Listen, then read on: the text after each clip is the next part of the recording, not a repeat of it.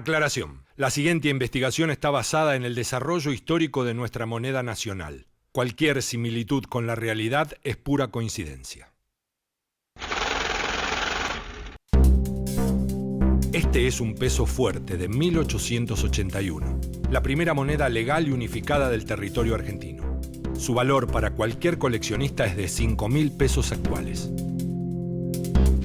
Este es un peso emitido por la Caja de Conversión en 1920.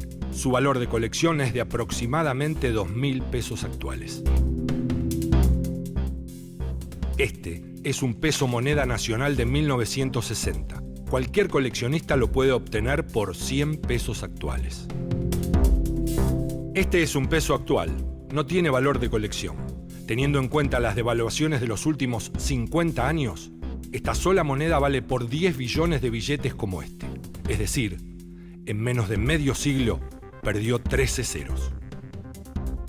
Si colocáramos 10 billones de pesos moneda nacional en fajos de 100 billetes de un peso, suponiendo que cada fajo tiene 1 centímetro de altura, llegaríamos a 1 millón de kilómetros de altura, casi 3 veces la distancia que hay de la Tierra a la Luna. Y si extendiéramos los fajos uno al lado del otro, podríamos cubrir con billetes la superficie de Italia, de Filipinas o de Ecuador.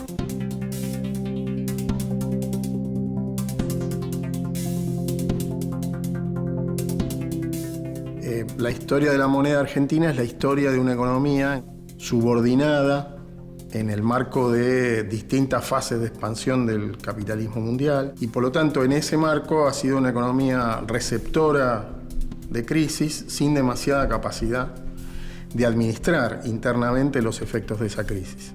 Lo que hay que tratar de asociarlo es siempre en el contexto histórico y también en las complejidades circunstancias que se da en una determinada etapa histórica. No se ha logrado en el capitalismo argentino un acuerdo respecto al rumbo que el país tiene que tener y al reparto de los ingresos que en el marco de ese rumbo cada actor debe tener. Y la moneda es un poco, si querés, el reflejo del resto de las cosas que ocurren en la economía y ha tenido nuestra moneda esas oscilaciones tan abruptas como ha tenido nuestra economía nacional. ¿Cuál es el origen de los problemas del peso? Son los mismos problemas del país. ¿Por qué el peso argentino perdió tanto valor? ¿Qué sectores estuvieron detrás de su continua desvalorización? ¿Alguna vez tuvimos una moneda fuerte?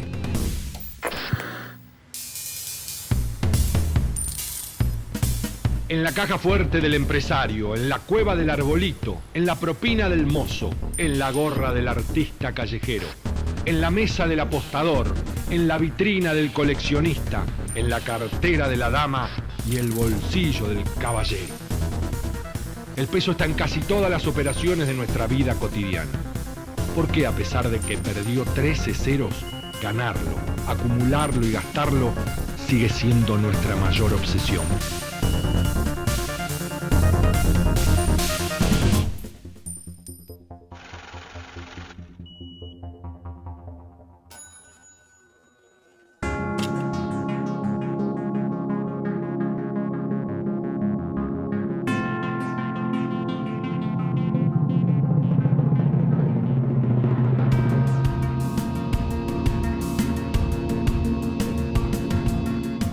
La desvalorización es un hecho recurrente en la historia del peso argentino.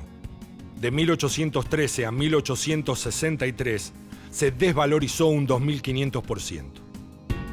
De 1901 a 1970 se desvalorizó un 20.000%. De 1970 a 2002 le afeitaron 11 ceros más. La desvalorización de una moneda es un proceso. Uno habla de desvalorización de una moneda en relación a alguna otra. La devaluación es un acto por el cual esa moneda cambia de valor en relación a algún momento histórico o en algún momento anterior, digamos. En una historia de desvalorización, por supuesto, hay muchos momentos de devaluación, muchas decisiones de devaluación. Bueno, la moneda se puede desvalorizar. Vos podés tener una inflación del 100% y no mejorás el tipo de cambio, seguís manteniendo el mismo tipo de cambio. Entonces vos tenés una moneda que pierde valor justamente por el proceso inflacionario, y esto no necesariamente significa que vos hagas ajuste en términos de tu paridad cambiaria. En general se usa la palabra desvalorización para cuando el peso pierde valor por fuerzas de mercado, y devaluación cuando la pérdida de valor del peso es decidida por el gobierno. Hay momentos donde el peso pierde valor simplemente porque emitiste muchos pesos, y hay otros momentos donde el gobierno dice, bueno, este valor del peso por algún motivo nos perjudica, necesitamos que el dólar suba, por ejemplo, para hacer más competitivas nuestras exportaciones, y decide un cambio de valor de la moneda. En general, para ese segundo caso se usa devaluación. Para los argentinos muchas veces parecen sinónimos, porque la larga historia de la desvalorización de la moneda argentina fue acompañada de permanentes devaluaciones. O sea, pasando por todas las etapas de la economía argentina, las grandes desvalorizaciones de nuestra moneda estaban vinculadas a problemas en el sector externo, faltante de divisas, de dólares, de libras, de oro, de acuerdo a la etapa, que provocaban devaluaciones. Cuando se dan estas desvalorizaciones se dan cambios de precios relativos y depende de cada momento histórico, pero no es que uno pueda hacer una correlación directa en donde hay gente que se favorece. Obviamente, cuando existe estos fenómenos de valorización, el río está revuelto, y cuando el río está revuelto es el mejor momento para los especuladores, y ahí se hacen grandes diferencias. Lo que hay que entender es que esta desvalorización del peso genera crisis. Una crisis todos perdemos. Y en general, de todas las crisis hemos salido, y este es el rasgo, y hemos salido aplicando políticas heterodoxas, ortodoxas. A mi juicio siempre la mayor parte de las políticas han sido eclécticas, con mezclas de distintos instrumentos. Pero a veces la gente dice, hay magia que en la Argentina nos recuperamos de todas las crisis. No, no hay ninguna magia. La recuperación de todas las crisis es por el aporte patriótico de los sectores de menos ingresos y los sectores más asalariados, que tienen un fuerte ajuste de su poder adquisitivo, y es el mecanismo de financiamiento y de recuperación de la economía. ¿Qué sectores estuvieron detrás de las primeras devaluaciones de nuestro peso? ¿Fueron decisiones de la oligarquía local? ¿A quién beneficiaba un peso débil? ¿Un país puede crecer si su moneda no es fuerte? Para entender esta historia hay que ir muy atrás en el tiempo.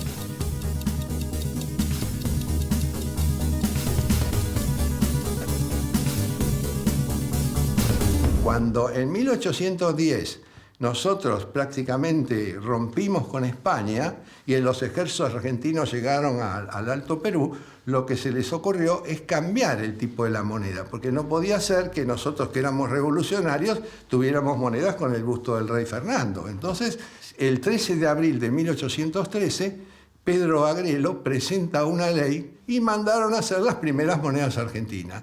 ¿Qué eran las primeras monedas argentinas? Eran las mismas monedas españolas con el mismo peso y la misma ley, etc., pero sacado el busto del rey y cambiado por un sol y un escudo, que era el escudo de la Asamblea, que dice Provincias del Río de la Plata en unión y libertad. Ya en ese entonces ocurría algo que se iba a volver una costumbre recurrente. Casi nadie confiaba en nuestra flamante moneda nacional y seguían prefiriendo al viejo peso español. Es por eso que la Asamblea tuvo que tomar una severa disposición. Todos los ciudadanos, estantes y habitantes en el territorio del Estado hayan, reciban y estimen por moneda corriente con el mismo valor intrínseco y legal que habían, recibían y estimaban las de igual clase acuñadas hasta el presente. Pero ¿cómo era la economía que expresaba esta nueva moneda? En realidad se correspondía a la Argentina, así no existía, existía el Virreinato del Río de la Plata, que también era una cosa novedosa porque se crea recién en 1776. Tiene una corta duración el Virreinato del Río de la Plata. Lo que hay antes son dos gobernaciones. La gobernación de Córdoba, que incluía todo el norte y noroeste, y la gobernación de Buenos Aires, que incluía, aparte de Buenos Aires, Uruguay, toda la Mesopotamia, Santa Fe y Paraguay. Es decir, son las dos corrientes colonizadoras, una que venía con Garay, venía por el Atlántico, y la otra que había venido del Perú. Esto era parte del Virreinato del Perú. Y dado que España había descubierto en el continente americano, tanto en el norte, en la meseta central mexicana, en Guanajuato, Zacatecas, San Luis de Potosí, y en el Alto Perú, lo que es hoy Bolivia, en el Potosí, las minas de plata más ricas del mundo, la moneda que circulaba era la moneda de plata. Por ese entonces circulaba un peso fuerte, que era el español, y los contrabandistas y exportadores de cuero y tasajo podían ahorrar en las siguientes monedas metálicas. El doblón o pelucona, que equivalía a una onza de oro, y el duro español, equivalente a una onza de plata. Pero las operaciones comerciales de esa época se hacían en base al escudo de plata o peso fuerte español. El poder que antes tenían diversos dioses, sacerdotes, reyes, hoy día lo tiene el dinero, ¿no? Y en tanto un poder simbólico de nuestra sociedad puede estar representado o materializado en distintas cuestiones. Como el poder del rey estaba materializado en un anillo, el del sacerdote en un bastón, el poder del dinero puede estar materializado en distintas bienes materiales, que en una etapa fue el oro, en otra el papel, hoy día es un número en una cuenta bancaria dentro de un software de una computadora, pero lo que importa es que logre eso reflejar el poder social del dinero. ¿Qué es el poder social del dinero? Es poder de compra que todos le reconocemos dentro de un determinado ámbito a un bien como representante del mismo. Qué sé yo, dentro de un yerbatal pueden ser los vales que el patrón pagan el salario y sirven para comprar dentro del almacén. En una cárcel pueden ser los puchos, que cumplan la función del dinero. En alguna etapa de la historia fue la sal. En Argentina los cueros o la moneda de cobre. Funcionó en las pulperías los vales del pulpero o la cuenta que te abre el almacenero. Que te fíe un chino está creando dinero porque está dándote poder de compra.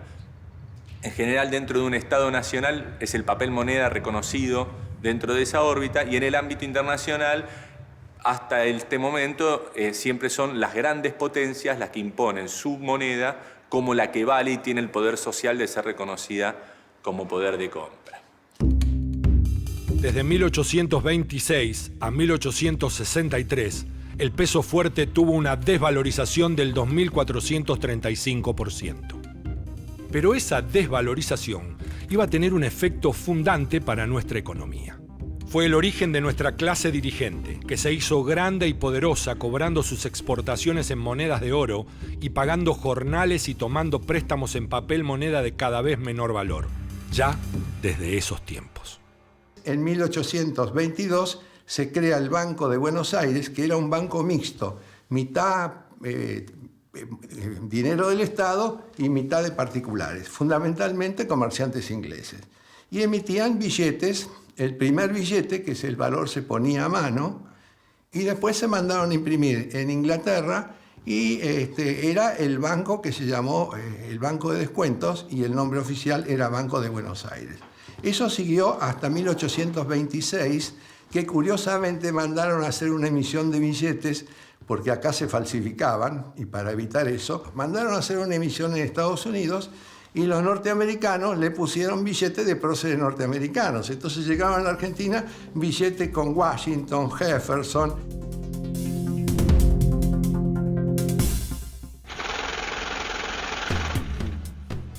En 1818 se creó la Caja Nacional de Fondos del Sud, que emitía pagarés para pagar los costos de la guerra a un 15% del interés anual, siempre y cuando Belgrano, San Martín, Las Heras, Viamonte y el almirante Brown siguieran ganando batallas. El país era un país mediterráneo, la parte ocupada del país, y lo único que tenía hacia el mar era una salida en un estuario en el Río de la Plata. Esta dependencia del puerto es que toda la parte que vivimos atlántica, el gran litoral marítimo, entonces no estaba ocupado. Y el único puerto de salida al exterior era el puerto de Buenos Aires. Vienen los brasileños, bloquean eso, y esto obliga al gobierno a pedir plata al banco, y el banco que está prestando al gobierno se encuentra que le faltan reservas, los famosos problemas de reservas, y le pide al gobierno que declare la suspensión de la convertibilidad. Con lo cual se hace circulación forzosa los billetes de banco.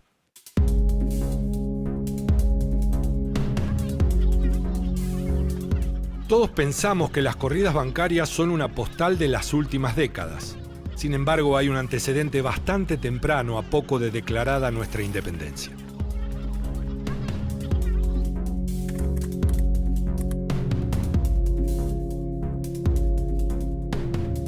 En 1818, el Estado empezó a emitir pagarés, que se empezaron a usar como billetes, para financiar las campañas libertadoras.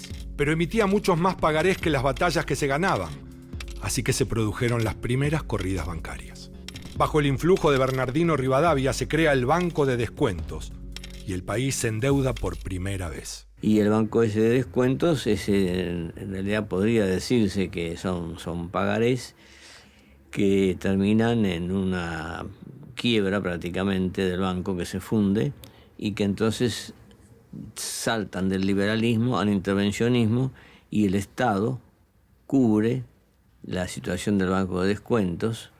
Las acciones del banco de descuentos que eran de 100 la cotizan a 140, permitiéndole una ganancia, un banco que está en pérdida, permitiéndole una ganancia a los tenedores de acciones, y resulta de lo cual el Estado se convierte en un banco mixto en realidad, y de tal manera que el banco es un banco del Estado, pero es un banco privado, ¿no?, que juega un papel decisivo cuando Dorrego quiere proseguir la guerra para mantener a la banda oriental en las provincias unidas del Río de la Plata, y el Banco Nacional se niega a darle fondos.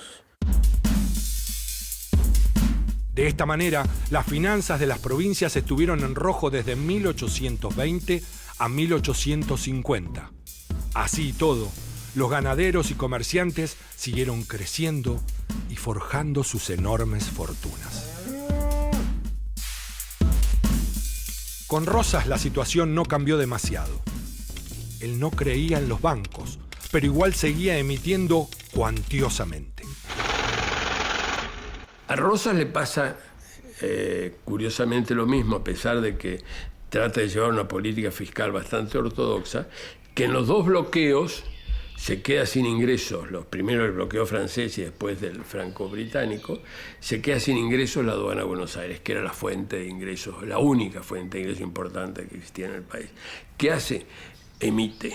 Ya no porque él cierra el Banco Nacional en 1837, porque lo acusan de ser una conspiración financiera del Partido Unitario. Entonces los federales eran antifinancieros, dice, estos son la gente rica, que son los unitarios, etc. Hay que terminar con el banco. Pero como necesita financiar, la Casa de Moneda, que era como si fuera la casa que acuñaba la moneda, es la que emite directamente billetes con autorización de la legislatura de la provincia. Y tienen emisiones fuertísimas, tanto así que cuando cae Rosas, el peso, papel, que estaba en la relación 1 a 1 antes de la convertibilidad, a la caída de Rosas valen 20 pesos papel por 1 peso de plata. La cuestión es que nuestro sistema monetario se estaba construyendo sobre una moneda sin respaldo, emitida por bancos con capitales ficticios. Aún así, el país comenzaba a organizarse, y muy pronto vendrían épocas mejores en las que el peso comenzaba su carrera hacia la valorización. Hacia 1850 el país comenzaba a organizarse bajo un orden constitucional.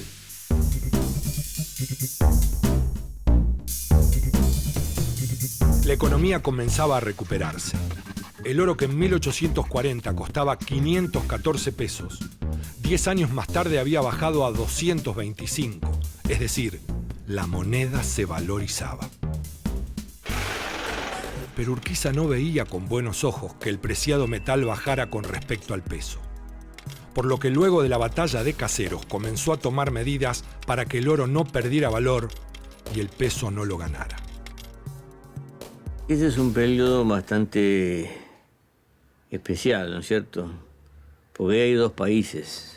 Un país que trata de crecer hacia adentro, que es lo que hace Urquiza cuando convoca a los gobernadores a San Nicolás de los Arroyos, que es lo que hace Urquiza más allá de todas las calamidades que hace Urquiza.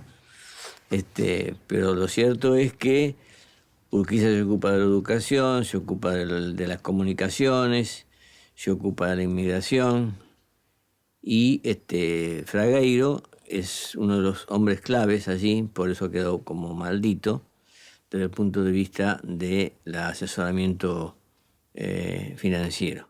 El gobierno que tenía prestigio en el exterior era el gobierno de la provincia de Buenos Aires. El gobierno nacional empezaba, después de Mitre,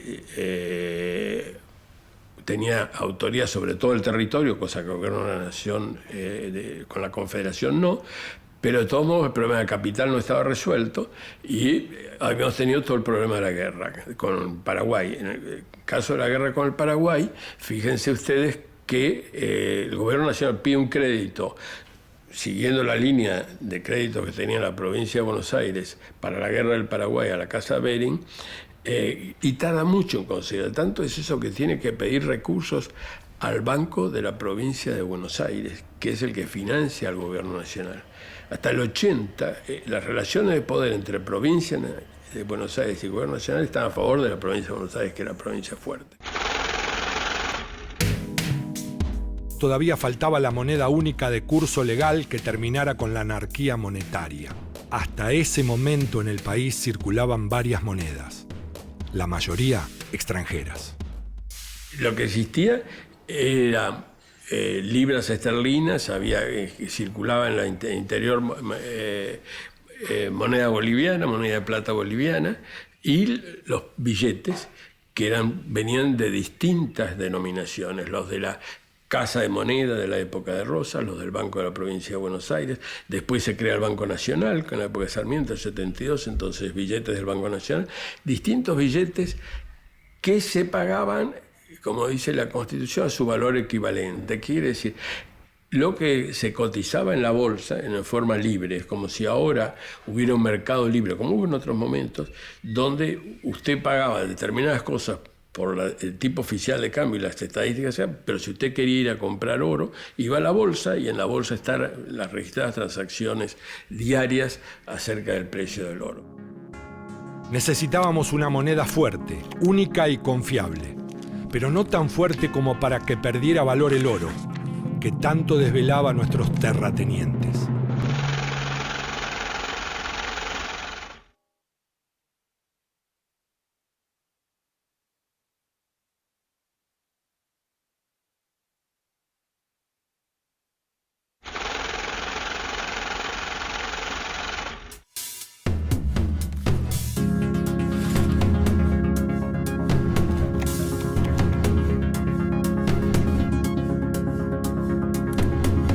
Argentina existieron siempre legalmente la idea de una convertibilidad o de un respaldo, de un papel basado en oro o mismo de la circulación de oro, pero en los hechos, hasta casi la llegada de Roca, podemos decir, y la consolidación del Estado Nacional en su formación más, digamos, oligárquica, pero centralizado, ¿no? Con la totalidad del territorio, luego del genocidio de los pueblos indígenas y el robo de su tierra, digamos, luego del disciplinamiento del interior y de la ciudad-puerto y el fin de las guerras civiles, recién ahí adquiere realidad la idea de una moneda respaldada en oro, porque antes tenía un estatus legal, pero en los hechos circulaban pedazos de cuero, monedas de cobre, papeles, vales, cada provincia emitía sus monedas, así se hizo nuestro país. El ejército de San Martín, el ejército de Andes, emitía vales diciendo...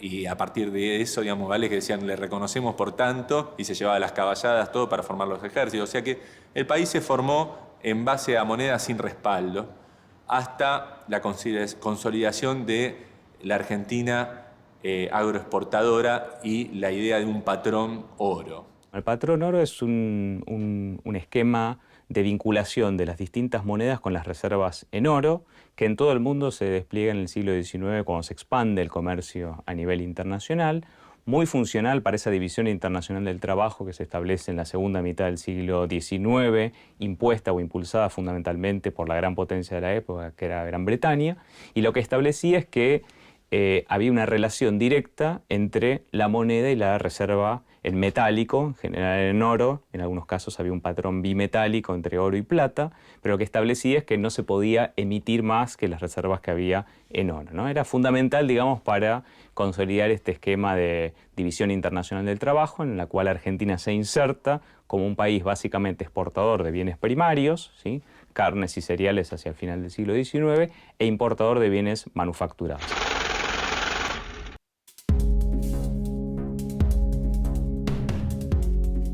Si tuviéramos que poner una fecha de nacimiento del peso argentino sería el 29 de septiembre de 1875, el día que se dictó la Ley 733, bajo la presidencia de Nicolás Avellaneda. Pero como Buenos Aires, que tiene 2 fechas de fundación, el peso argentino tiene 2 fechas de nacimiento. La segunda fue 6 años más tarde, el 5 de noviembre de 1881, por medio de la Ley 1130, en la presidencia de Julio Argentino Roca. La Ley 1130 se sanciona en 1881, es decir, al principio de la primera presidencia de Roca, y tiene que ver con producir una unificación monetaria que no existía en los años anteriores. Es decir, en todo el periodo anterior, distintas provincias acuñaban sus propias monedas, es decir, todavía no estaba consolidado un mercado nacional, y una de las necesidades de los atributos de ese mercado nacional, además de eliminar las aduanas interiores, era que hubiera una moneda única de reconocimiento en todo el territorio y de circulación en todo el territorio. Bueno, esta ley lo que permite es establecer una unificación monetaria que va a ser fundamental para consolidar este mercado interno, digamos, que se va a expandir a partir de estos años. Una moneda propia permite tener una política monetaria propia. Una política monetaria es un instrumento de política macroeconómica muy significativo, muy potente, porque de algún modo es una de las políticas que permiten regular el ciclo económico. Entonces, la política monetaria, junto con la política cambiaria, que es la que de algún modo trata de fijar la relación de precios entre la moneda local y alguna o un conjunto de monedas internacionales, son dispositivos económicos, son dispositivos claves de la política económica, que solo pueden ser activados en el marco de la existencia de una moneda propia. Tener una moneda propia no garantiza de todas maneras que uno pueda tener una política monetaria totalmente autónoma o una política cambiaria totalmente autónoma, pero es la condición de posibilidad. Entonces se decidió por la ley del 5 de noviembre de 1881, la ley 1130, a acuñar las primeras monedas nacionales. Entonces acá se hicieron monedas de plata, de 50, de 20, de 10, y la de 5 no se hicieron porque tenían problemas para acuñarlo. Eso coincidió con la creación de la Casa de Moneda de Buenos Aires en 1880. Se inaugura la Casa de Moneda con problemas por la Revolución del 80 y ahí se empiezan a acuñar las primeras nacionales, de plata y de oro. Apenas nació, el peso comenzó su carrera hacia la desvalorización, lo que no constituía un verdadero problema, ya que las clases dirigentes vivían del oro extranjero. Y los billetes los usaban para endeudarse dentro del país y pagar los servicios de los inmigrantes y los hijos de los gauchos y los pocos indios que no habían exterminado en las campañas del desierto. Nuestros distinguidos terratenientes, al son del modelo agroexportador, tejían cordiales relaciones con los bancos europeos. El modelo agroexportador tiene como cabeza de la conducción, del dominio social, digamos así, de ese modelo a los terratenientes pampeanos. En general, la estructura pampeana es una estructura bastante latifundista, que de todas maneras no necesariamente es explotada en términos de grandes producciones, porque también se desarrolla un sistema de arrendamientos que da lugar a la emergencia de clases agrarias subordinadas en este modelo, que son las clases de los productores más chicos, los chacareros, etc. Entonces ahí ese modelo genera una clase dominante, que es esta burguesía terrateniente, oligarquía terrateniente, cuyo poder residía precisamente en la propiedad de la tierra. Esto le permitía apropiarse de esa renta diferencial que el rendimiento extra de los campos argentinos daba en relación a otros competidores en el mercado internacional. Y por otro lado, de algunas clases subordinadas en ese modelo, que son los de pequeños arrendatarios, los chacareros, etc. En acuerdo, en asociación, se va generando también una cierta burguesía financiera, ¿no es cierto? No hay que olvidar que el capitalismo argentino se expande muy rápidamente en ese periodo. Hay fuertes inversiones internacionales, en particular inglesas, porque el mercado inglés era el principal socio de este modelo de producción argentina. Esto da lugar a desarrollo de determinados servicios, en particular los servicios financieros, algunos servicios comerciales, etc. Y eso va generando como una diversificación de sectores sociales. Y entonces empieza a aparecer también un conjunto de asalariados urbanos vinculados a esas incipientes actividades comerciales o actividades industriales, digamos. Es un periodo en donde la trama social del capitalismo argentino tiende a diversificarse bastante, pero siempre bajo la conducción, digamos así, bajo el dominio de la clase terrateniente. La Pampa comenzaba a poblarse de estancias, mansiones y palacios. Y mientras los inmigrantes llegaban a Buenos Aires para amontonarse en los conventillos, los nuevos magnates viajaban con la vaca atada y tiraban manteca al techo en los mejores hoteles de Londres, Roma y París. Bueno, esos 20 años que corresponden a las presidencias de Mitre, Sarmiento y Avellaneda, en general se terminó de consolidar el Estado Nacional, se lo llama el periodo de organización nacional. Es decir, se sentaron las bases de lo que después fue el desarrollo y la expansión de un Estado, digamos, que tardó varias décadas en consolidarse. Se terminaron de derrotar a los caudillos del interior, se avanzó en la frontera con los pueblos originarios, con la conquista del desierto. Se crearon una serie de instituciones a nivel nacional, ¿sí? Como desde el Ejército Nacional a un sistema de pesas, medidos, unificación monetaria, unificación de los códigos de leyes, ¿sí? Es decir, una serie de atributos del Estado Nacional que se terminaron de consolidar en esos años, y justamente en 1880 se terminó con un gran tema que había sido discusión en las décadas anteriores, que fue la federalización de la ciudad de Buenos Aires. Es decir, Buenos Aires perdió su capital y pasó a ser la capital federal, y con ella su puerto y su aduana, que habían sido dos temas fundamentales de discusión en los años anteriores, porque con, digamos, la aduana y el puerto de Buenos Aires se iba a financiar ese nuevo Estado Nacional en formación. En todas las luchas previas de las décadas anteriores termina imponiéndose fundamentalmente el núcleo vinculado a la producción ganadera para el mercado externo, aliados además a los grandes comerciantes vinculados con el comercio de exportación e importación, y también a los grandes banqueros. Y esos tres grupos, hegemonizados por la oligarquía terrateniente, son los que van a imponer un esquema librecambista, es decir, donde el Estado, digamos, no intervenga demasiado en cuanto a limitar o restringir las importaciones de bienes manufacturados, y más bien el rol del Estado va a ser garantizar, ¿sí?, la exportación de bienes agropecuarios, la entrada de esos bienes en el mercado europeo, que era básicamente hacia donde la Argentina estaba exportando. Eso fue al mismo tiempo permitiendo la construcción de un cierto mercado interno, el desarrollo de un proceso de urbanización. A eso se suma, dadas las oportunidades que el país parecía ofrecer en ese contexto, fuertes inmigraciones. Estas inmigraciones no solo van a convertirse de algún modo en mano de obra para este desarrollo agrícola, sino también para las incipientes actividades de servicio e industriales, que en razón de que la dinámica del modelo agroexportador estaba precisamente en las exportaciones canalizadas por el puerto de Buenos Aires, eso tiende a generar un polo industrial y un polo de servicios asociado a esa dinámica, a esa logística y a esa dinámica de comercio exterior. 4 años después de su nacimiento, 100 pesos de oro ya valían 132 en papel. Un año más tarde, 133. En 1889, 224. Y en julio de 1890 llegó a 308. Pero al pueblo trabajador no le interesaba la cotización del oro, aunque la desvalorización afectaba sus salarios. En 1887, un albañil ganaba 1,97 pesos en billete por día, lo que era equivalente a 1,45 peso en oro. 10 años más tarde, en 1897, ese mismo albañil ganaba por día 2,57 pesos en papel, u 88 centavos en oro.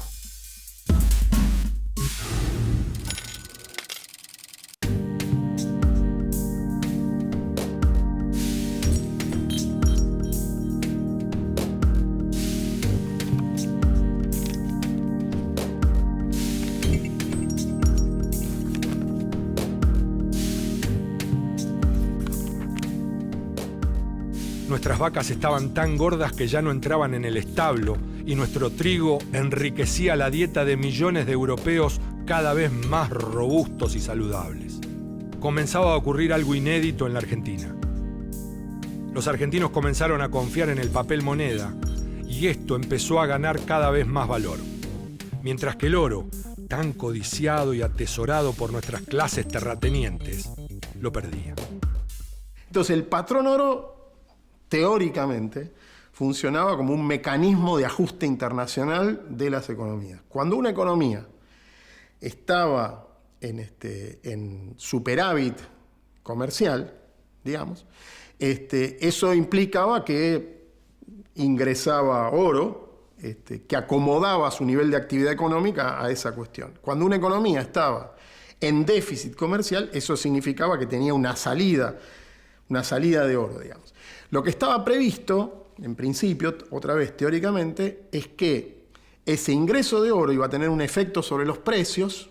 Entonces, la economía que tenía superávit iba a sufrir inflación, esa inflación le iba a restar competitividad y por lo tanto iba a equilibrar hacia abajo, recesivamente, mientras que una economía que estaba en crisis iba a tener una salida de oro, eso iba a implicar una deflación de precios, sus bienes se iban a volver más competitivos, iba a volver a exportar y entonces en principio parecía que había un ajuste automático, digamos. Es decir, las economías podían pasar por periodos transitorios de desajuste para arriba o para abajo, el mundo parecía de ese modo equilibrado, pero al mismo tiempo todos tendían a converger hacia una situación de estabilidad, digamos.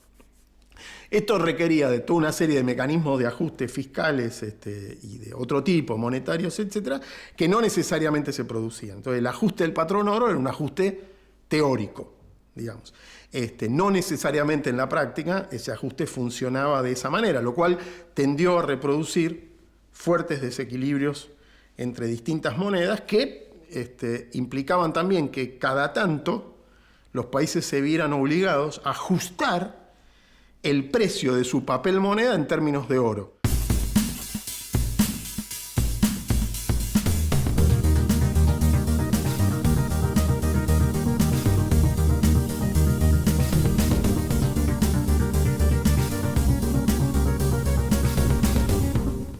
El país no podría sobreemitir si no tenía un respaldo en oro, ¿no? El patrón oro, digamos, que va a entrar en crisis a nivel internacional en 1914.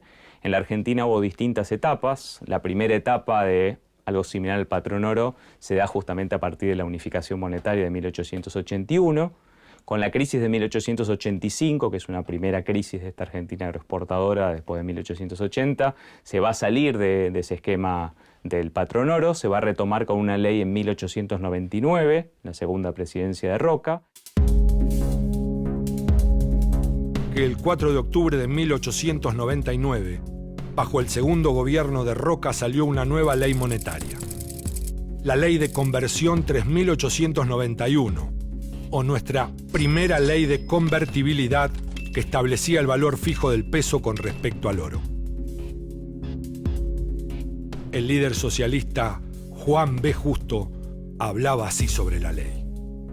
El objetivo esencial era impedir que el oro bajara, impedir que el peso papel con el que se pagan los salarios representara un precio superior a los 44 centavos oro, para que los señores miembros de la sociedad rural que venden a oro sus novillos y sus capones, sus lanas y sus cueros conservaran sin nuevo esfuerzo un gran margen de utilidades.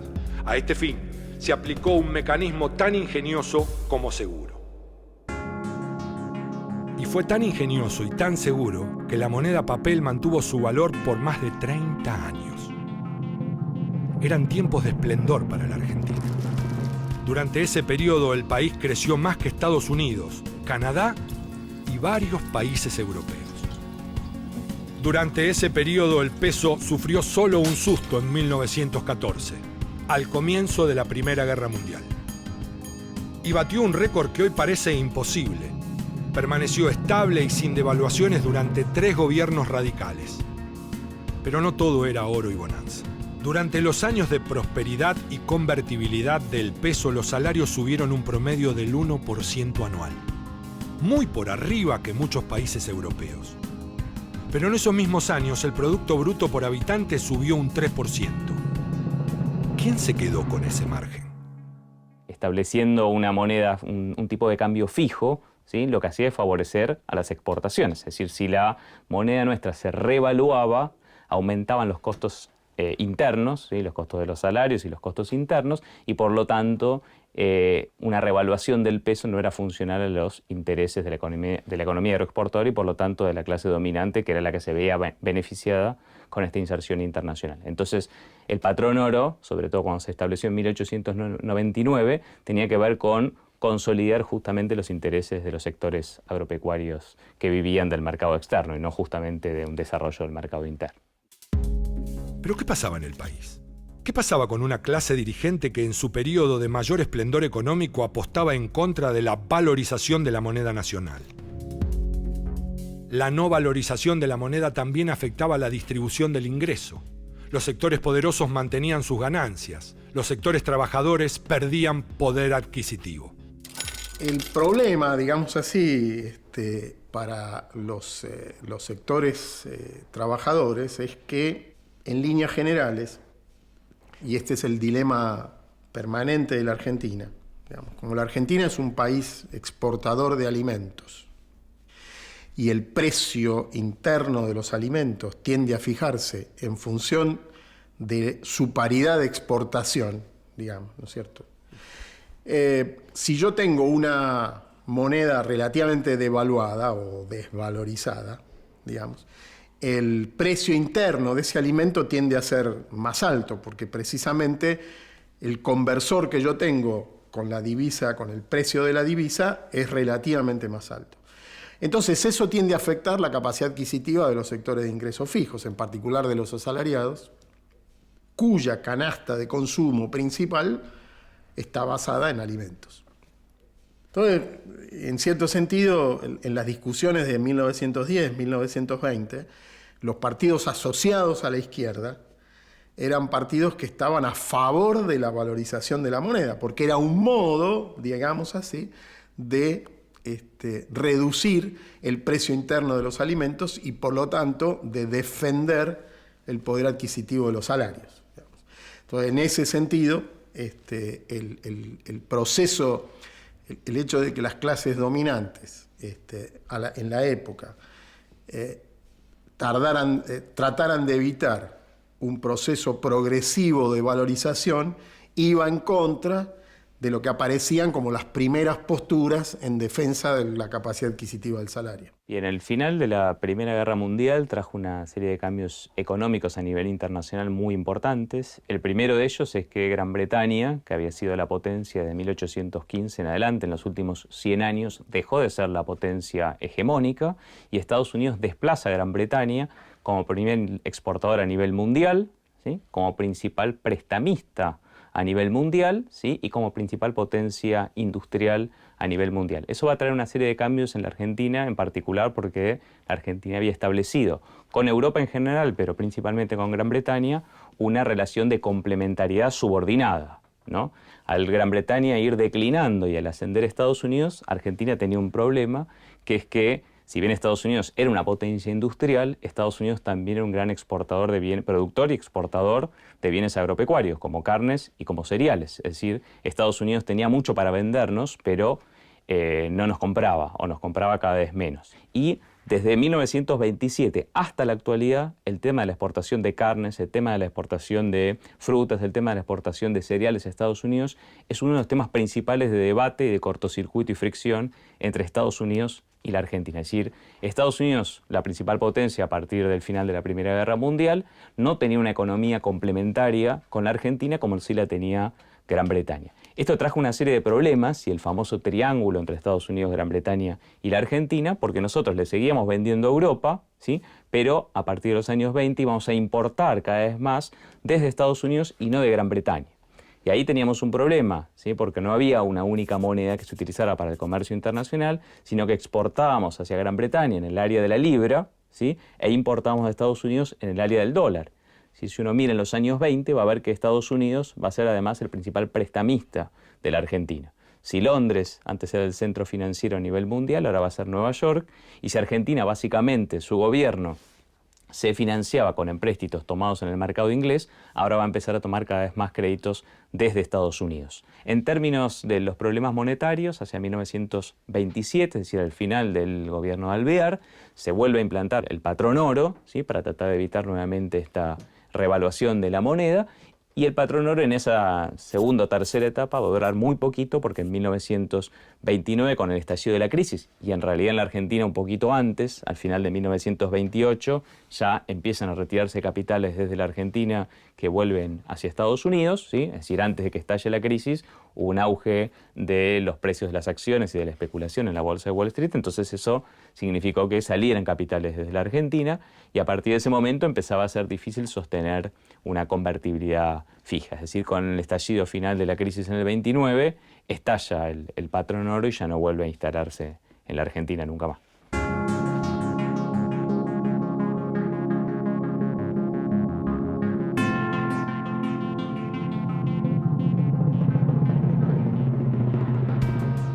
El peso terminaba su etapa de valorización. Con la llegada de los años 30 se empezaba a escribir otro capítulo de su historia.